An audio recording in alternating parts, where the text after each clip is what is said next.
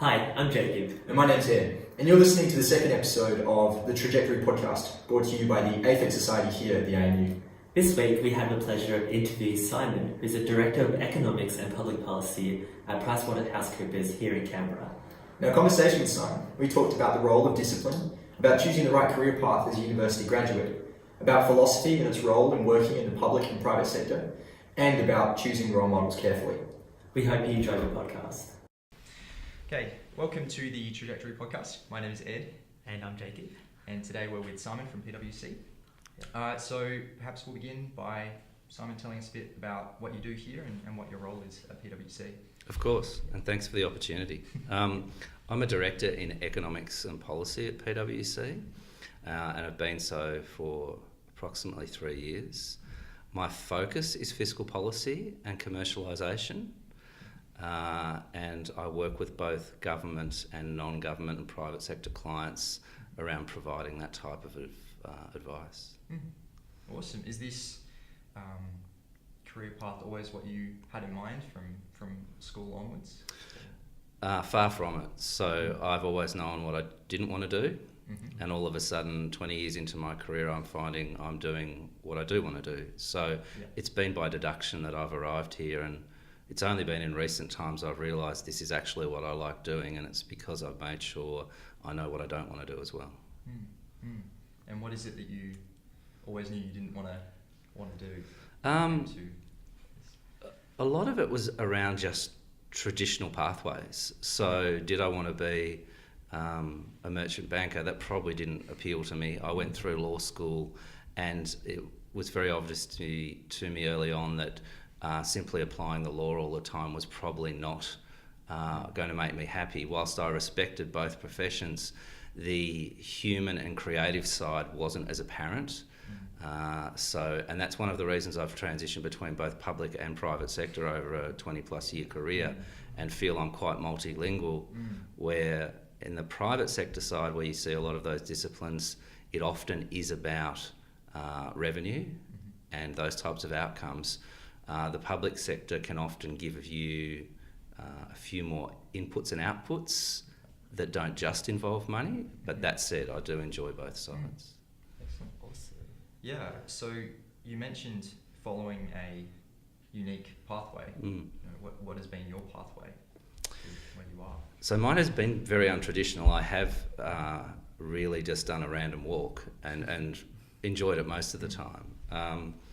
When I finished high school, I didn't go straight to university. I knew I had to have some broader experiences, and I went and jackarooed for a year and just went out and spent time working on farms, driving tractors, making sure there was food on the table for the farm, and those types of lived practical experiences. I quickly realised there was other things I wanted to do, and I went and did a diploma in business management and secured a role with a multinational in Switzerland and spent a year in Europe working there. That really opened my eyes in realising there is a great big wide world out there. And interestingly enough, when I came home, whilst it was wonderful to come home and realise that Australia is a great country, not a lot had changed in that year.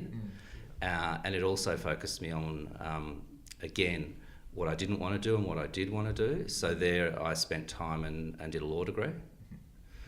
And from that law degree went into the workforce for 10, 15 years before doing a Masters in Financial Management at ANU. And it was at that point I realised that fiscal policy and commercialisation really were the things I was good at and rewarded for, and I did enjoy them. On that, I suppose, you did a very specialised set of degrees in a very, sort of contained field. Jacob and I both do law commerce. It's pretty intense law, accounting, finance. Did you find your interests outside of those subjects were similar, or were they different? You're exactly right. Those subjects are intensive. You really have to live a law degree, and you have to live doing your masters in an economic-based discipline. It is like a job. And I found very quickly that I couldn't just focus only on that, is that it would be almost a diminishing return proposition. So I made sure I was always reading either philosophy or literature at the same time to keep the other side of my brain working. And that's been something that I have pursued as part of who I am. Is the degree is a discipline. It's not necessarily a lifestyle. And it's really important to create your own lifestyle that means that you have that balance both mentally, emotionally, and really do understand the environment and the world you live in, including the human condition. Right. So you can practice. Yeah. I think people sometimes forget that. You have a skill that you want to deploy in the world. It's not a skill that you impose on others in a binary fashion. Right. Yeah. And you think that here at PwC, that sort of mindset has been accommodated for generally? Do you think that... Absolutely. As long as you can show that mindset can be applied in practice, which is really important in work that's done here, is there's one thing to say, oh, we think you should actually be doing this. There's another thing to say, by the way, we think you're probably here. And most importantly, we understand how to make the transition between point A and B. I think too often and too regularly, advisors, practitioners, people have an opinion on point B, and they're not hard to have. They become hard when you then have to say, well, where am I now? And do an objective diagnosis. That's hard. And finally, I think there's even fewer who have mastered the art of saying, well, how do we literally transition between those 2 points to change? And that's what I think the holistic approach is, which is supported in an organisation like this, with the mission statement being building trust in society and solving important problems. And this is a methodology that can be applied to that. But it does involve making sure you understand society. It does involve making sure you understand what the important problems are and have empathy and put yourself in other people's shoes, not just being opinionated because you have 1 or 2 degrees. Yeah. Sure. I think we should break that down to what you said. So people have opinions on point B. We're not great at finding out where we are, where's point A, and we're even less effective at managing the transition to where we want to get. What sort of skills do you think are necessary to maybe first identifying where we are, and how do you think you develop them, whether it was at school or university or even early into your career? That's probably a good place to... Important question. I think the skill and the art of defining where you are now is being lost to a degree, and is not as easy to pick up because there are so many influences telling you where you are now. And if you stress tested a lot of those influences, you would probably find that they're partisan and they're influencing you for other people's reasons. So the art of understanding and diagnosing where you are now probably comes from not living from hand to mouth, being that the current opinions or the current trends. It's being able to draw on broader principles, broader trends, and say there's some patterns here. We're probably here. That doesn't always sit comfortably. It makes you reflect and you go, you know what? We are probably here. And if I want to change, I need to be objective about that to change. If I don't want to change, you don't have to self-diagnose, or an organisation doesn't need to diagnose. But in order to diagnose, I think you can't be living hand to mouth. You need to be drawing on principles. And if we go to the topic we talked about before, it's what are some of the philosophies that have worked over time. Literature itself is storytelling. There are themes in storytelling, and literature that is in the classics and the like, that is continues to be read and referenced, obviously have enduring themes. So it's like having a conversation with someone who was successful 100, 150, 200 years ago. You continue those conversations and all of a sudden you see simple themes and principles that can be applied, and importantly define the human condition, which is important as well.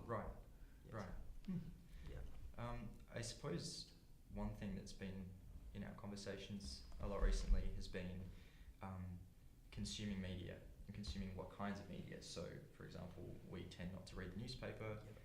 We tend to... We live in a world where there's a lot of social media influences trying to shape the way of how we think. Do you think that's played into this sort of hand-to-mouth type? Absolutely, but it's not a negative. So if I can draw on another experience, the first job I had to put a suit on, I worked at Seven Network headquarters in Sydney. And as a young lawyer, I used to walk in, and when I was on duty that night, I'd have to go in and decide whether news stories could go to air and current affairs could go to air in their current form. And we used to have a mantra that news is news and it's not current affairs. So current affairs was often entertaining. It drew an audience where news was meant to be fairly factual.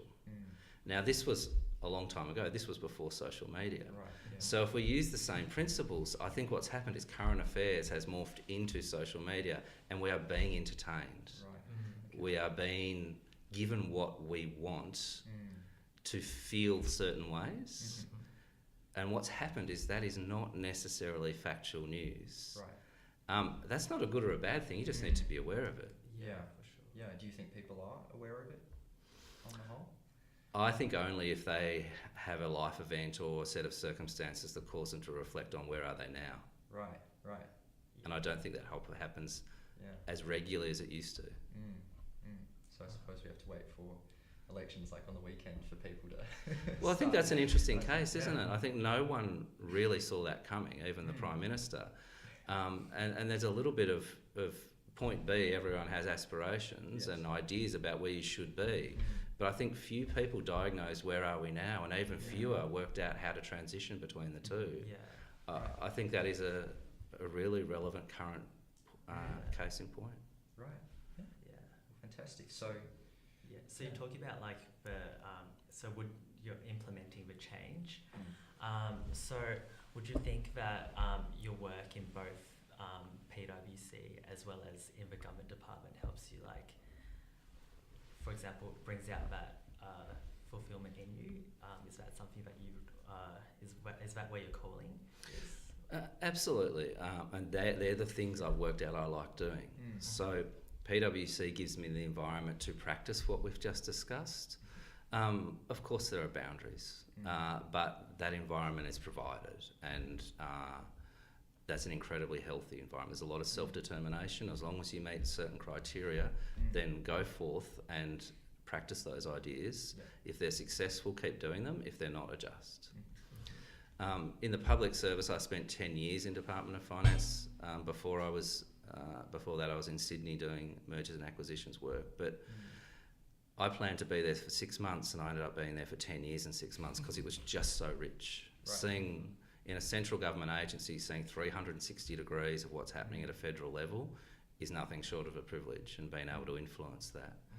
And most recently, being asked to be the Finance Minister's senior budget advisor on fiscal policy for the 2019-20 budget, again, was just a reinforcement that the non-traditional approach seems to be working, especially when you're advising the senior fiscal policy officer in the country, and you are someone who practices fiscal policy. So I think the proof is in the practice. Right. So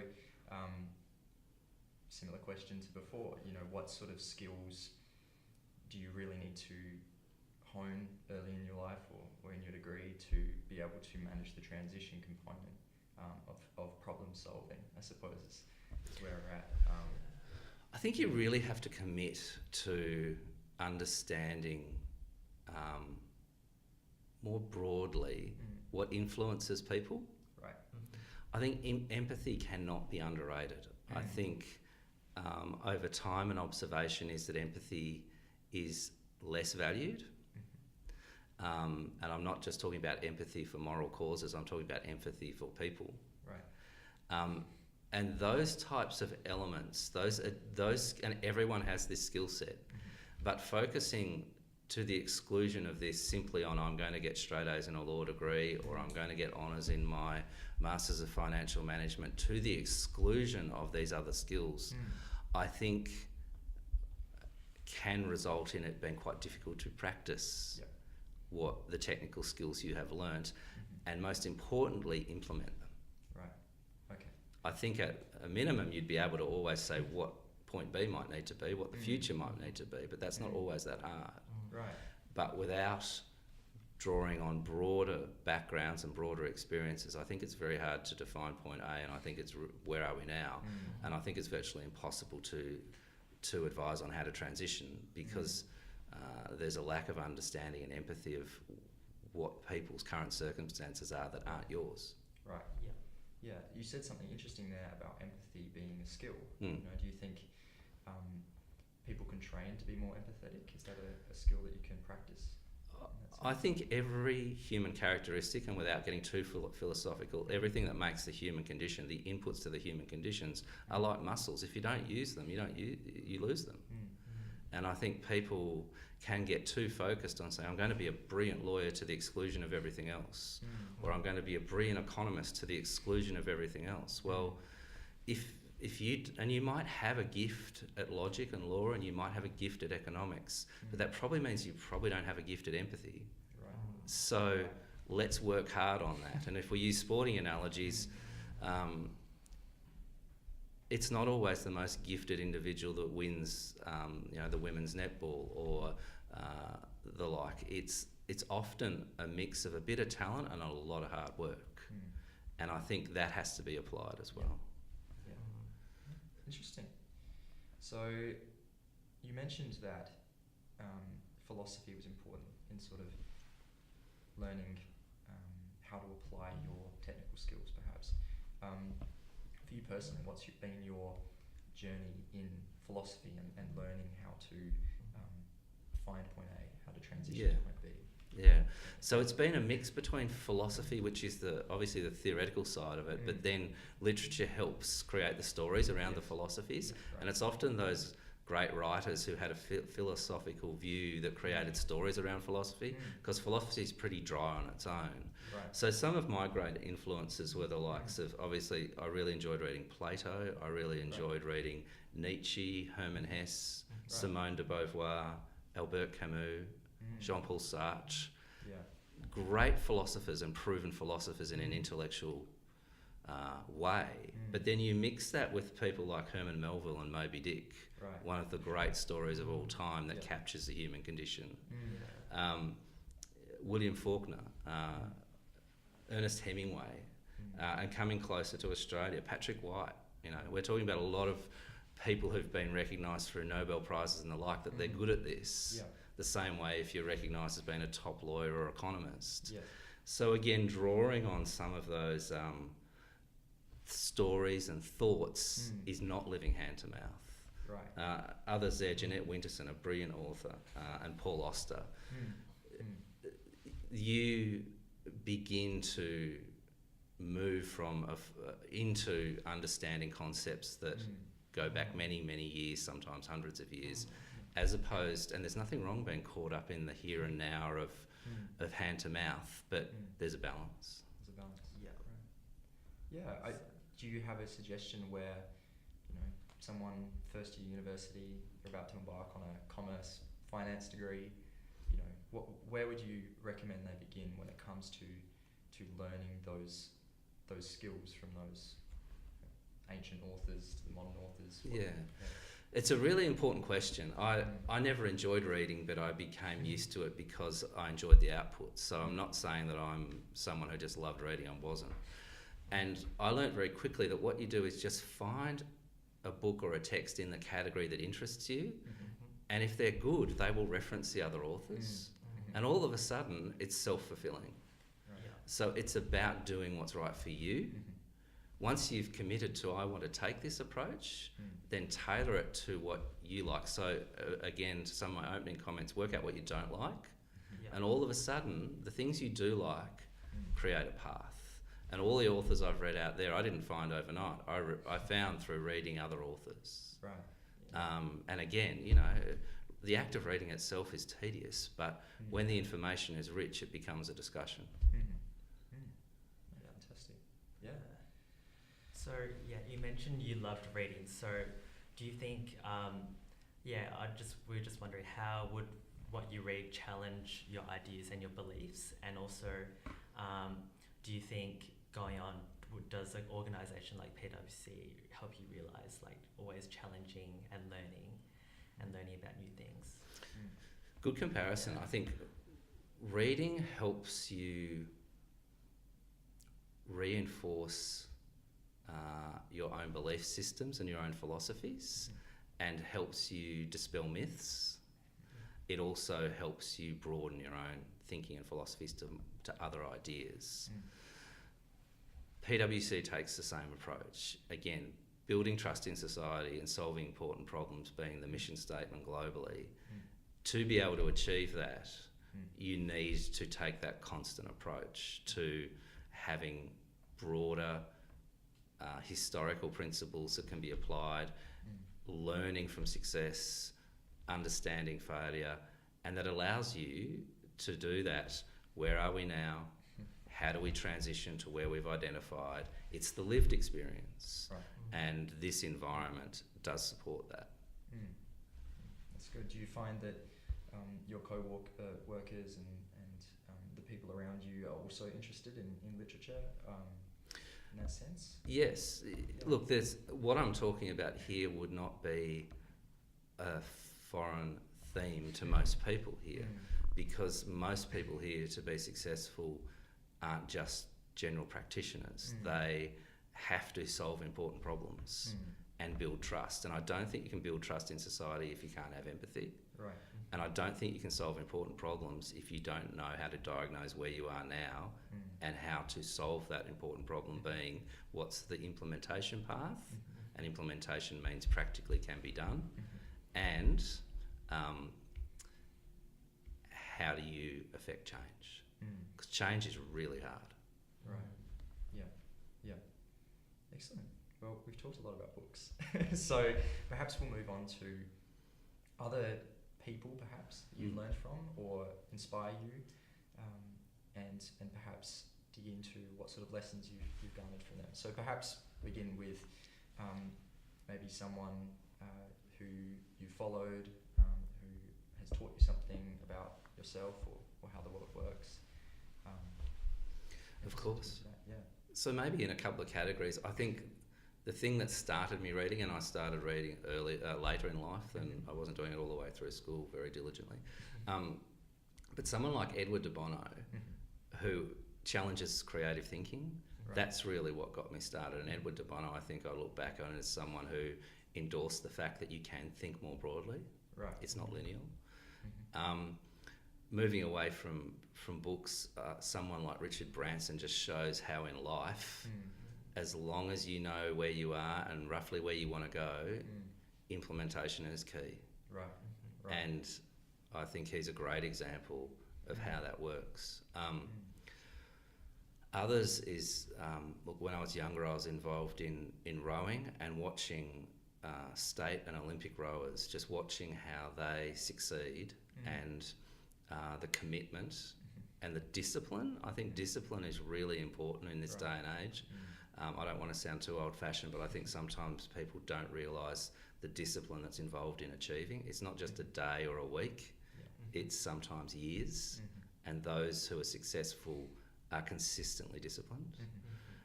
So watching people who I knew winning gold medals or being successful and just going, wow, that is incredible, watching what you've achieved, but understanding what you've done to achieve that. Right. Standing on the podium or being successful is usually just the end bit. But the things they put in place to create those outcomes are quite incredible. So that discipline is really important when it comes to problem solving and finding the path to that transition and sticking with it, I imagine, as well. Absolutely. I think it's a key factor. And I think a lot of people ask, well, why haven't I been successful, or why haven't I got this outcome, or but that's what I want.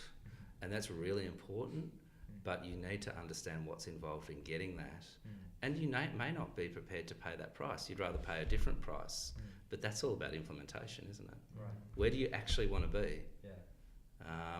And that's, well, if you want to be all the way over here, which is an extreme point, but you haven't worked out where you are now, you don't know what the distance is, and you might want to narrow that distance once you know where you are now, because the implementation path or the step is more achievable. Yeah. So do you think it's important to approach these problems where you might not be certain where you are or what the solution is towards reaching what you want, to sort of break that down and take it one step at a time and be able to be disciplined in your approach that in that way? Yeah, and because there's the other element's aspiration. So everyone has aspirations, which is point B without a point A. Yeah. You then apply the discipline to say, well, where am I now? And it's like, wow, that's a big gap.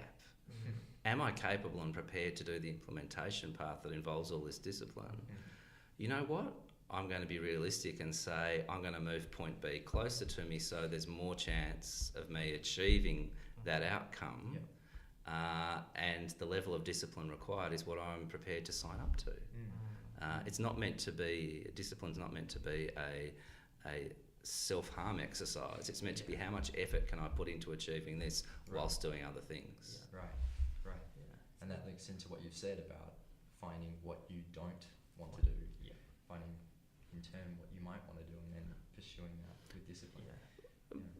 Absolutely. You might say, well, the discipline involved in making that transition from point A to point B, my aspiration, I actually am not prepared to do that at the moment. So you know you don't want to do it. So what are you prepared to do based on what you're not prepared to do? And there's the answer. Going on Lombat, would you say goal setting and defining what you want to achieve to be very important so far in your career, and just trying to work out what you want to do and setting goals to achieve that? Yes, I do. I think it is important, but I also think it's really important not to quickly pigeonhole yourself. So whilst it's important to have some specific goals, I think some general philosophies are just as important. As in, I believe in this and I want to head in this direction, as opposed to I've got to get this specific outcome to the exclusion of all others. And I think that manifests in keeping your options open. And I remember when I was younger, one of my philosophies was I just need to keep all my options open until I need to make a choice and shut one path down. But until I need to make that choice, it's like a call option. Why would you make a call option before you had to? Right. Do you read Nissim Taleb, actually? Have you? No, well, that's very similar to what There you go. he would say. Okay, very interesting. I think it's important, as a university student who likes reading literature, like to see someone like yourself, clearly doing what you want to be doing. You're setting yourself goals, you're disciplined. I think it's really, really good to see, what I read come to surface, and I think that the people that listen to this podcast will really get a lot out of that. So I suppose we're running low on time, so we're going to maybe just through a few more questions about what we've sort of touched on. So I suppose when it comes to people that have inspired you, Richard Branson, how important do you think it's been to have role models like that to sort of mark yourself against? Do you find that you did have role models moving through university that you used to, have the milestone, like who am I aspiring to emulate, or was it more self-driven? I think there needs to be a healthy mix, because having idols doesn't always end well. And there's that old saying that never meet your idol, whether they're an author, a sports player, or anyone else, because often the behaviours that are there aren't always conducive to what the output is. So don't judge an artist by the way they behave or the like. So I think it's really good to aspire to certain behaviours and traits and characteristics. I think you put unnecessary pressure on the individual by saying, I want to be them, because I think you need to be yourself. Right. And that's where I think you create that sense of self, Yep. and you identify characteristics manifested in others because you're seeing them implement. Right.